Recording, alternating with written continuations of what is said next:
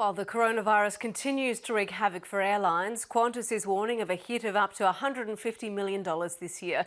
Its first half profit results today also show the impact of the unrest in Hong Kong and the trade war, which weighed on its freight business, leading to a 4% fall in profit to $445 million.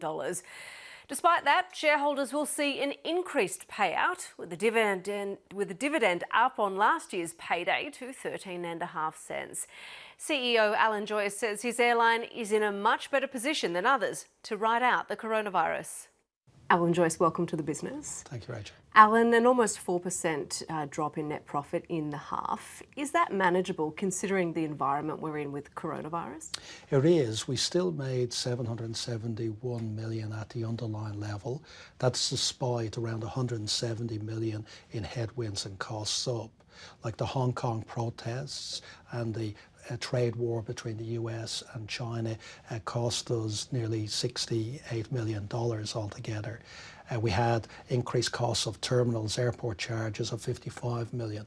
So these were really good results. And, you know, as I've been saying today, I'd rather be Qantas coming into these issues with coronavirus than any other airline in the region. We're a lot stronger, we're in a lot better position, a lot better balance sheet, a lot better cash flows than nearly any other airline in the region. You've predicted it today a hit of between $100 and $150 million as the coronavirus unfolds. You must be expecting worse to come, though, in the second half if we don't see a resolution soon. So all we can do is really forecast what we're seeing today in terms of forward bookings and project them till the end of the year. And then say, what will we do to mitigate that? And we are grounding the equivalent of 18 aircraft. We are asking 700 equivalent, it's spread amongst 30,000 people, to take leave with pay to manage that issues and manage that schedule. What we have plans to do is, if it gets worse, to take more capacity out, but if it gets better, to actually add the capacity back in. And the only benchmark we have is really what happened with SARS. And after this issue was resolved, after SARS was resolved, there was a big spike in demand, of pent-up demand that occurred. So we want to keep the aircraft, we want to keep the people, and making sure we're ready for the response after this issue is resolved. You mentioned the equivalent of grounding fleet. I think flights down 15% through Asia, Australia, Trans-Tasman, 700 jobs, or the equivalent of 700 jobs potentially on the line if this does continue. Do you think we'll get to the point where we will see people lose their jobs over this? No, so we've been around now. We're celebrating 100 years this year. We are an airline with a lot of leave balances, and we do believe that if this continues for 6 months, we can cope with using leave. There's big leave balances, annual leave, long service leave in a lot of the groups that we have. We are offering some voluntary redundancies in cabin crew. There's a list of people that volunteered last time that weren't offered it. So we think we can manage it through those mechanisms. We are strong in terms of our profitability, our cash flows and our position, and that's what we're trying to use, that strength, to avoid any job losses and to make sure that we're well positioned for the rebound when it occurs. You're clearly at the forefront of this, Qantas charter flights evacuating people from the affected areas.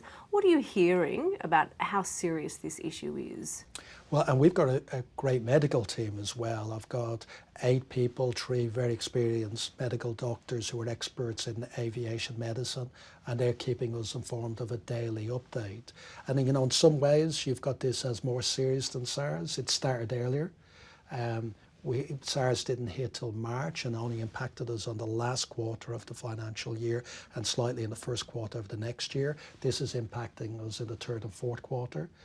SARS had a lot less people infected, but it had a higher death rate than the coronavirus. And there seems to be more action taken to contain this. So you can have scenarios each way. It's going to get better, it's going to get worse, depending on your view on it.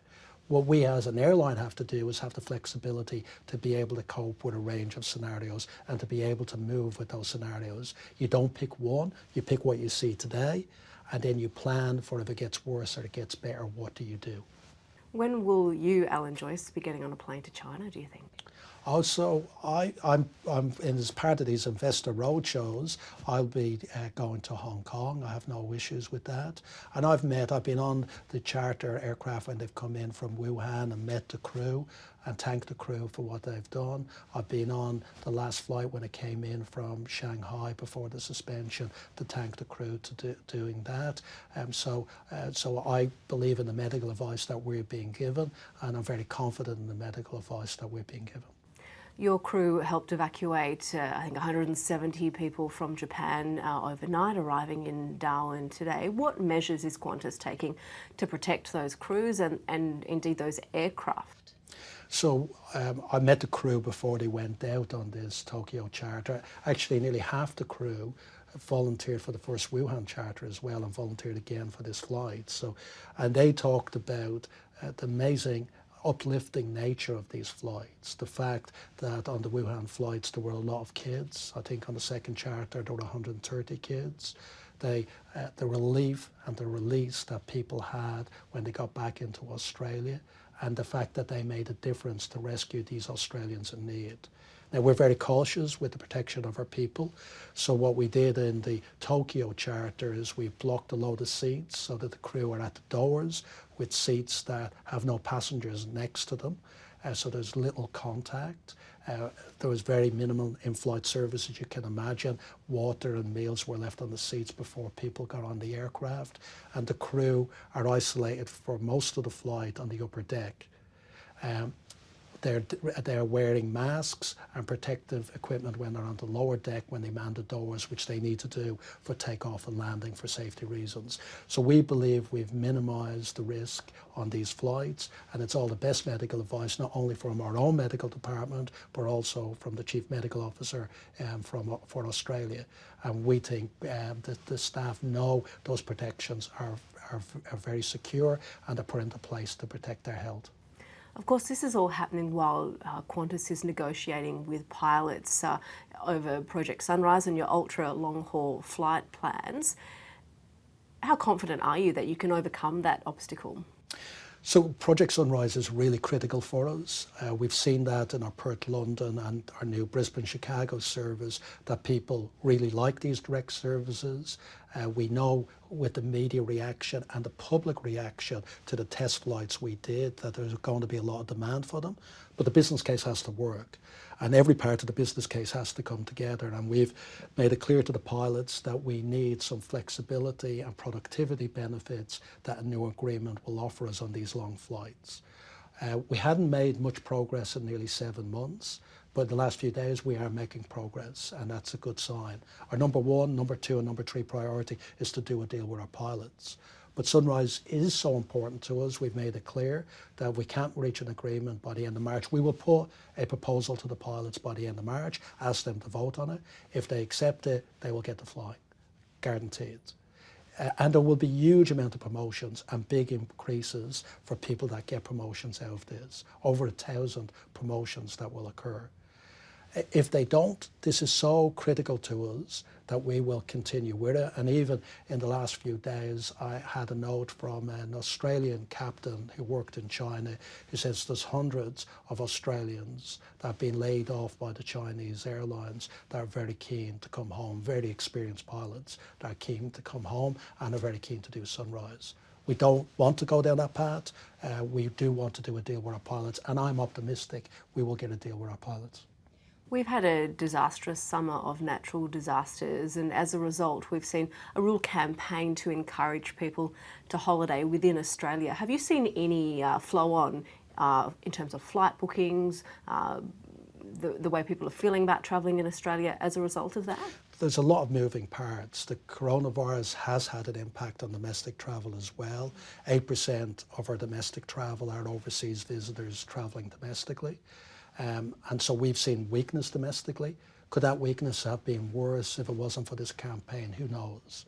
it's very hard to actually see what the moving parts are doing to your performance.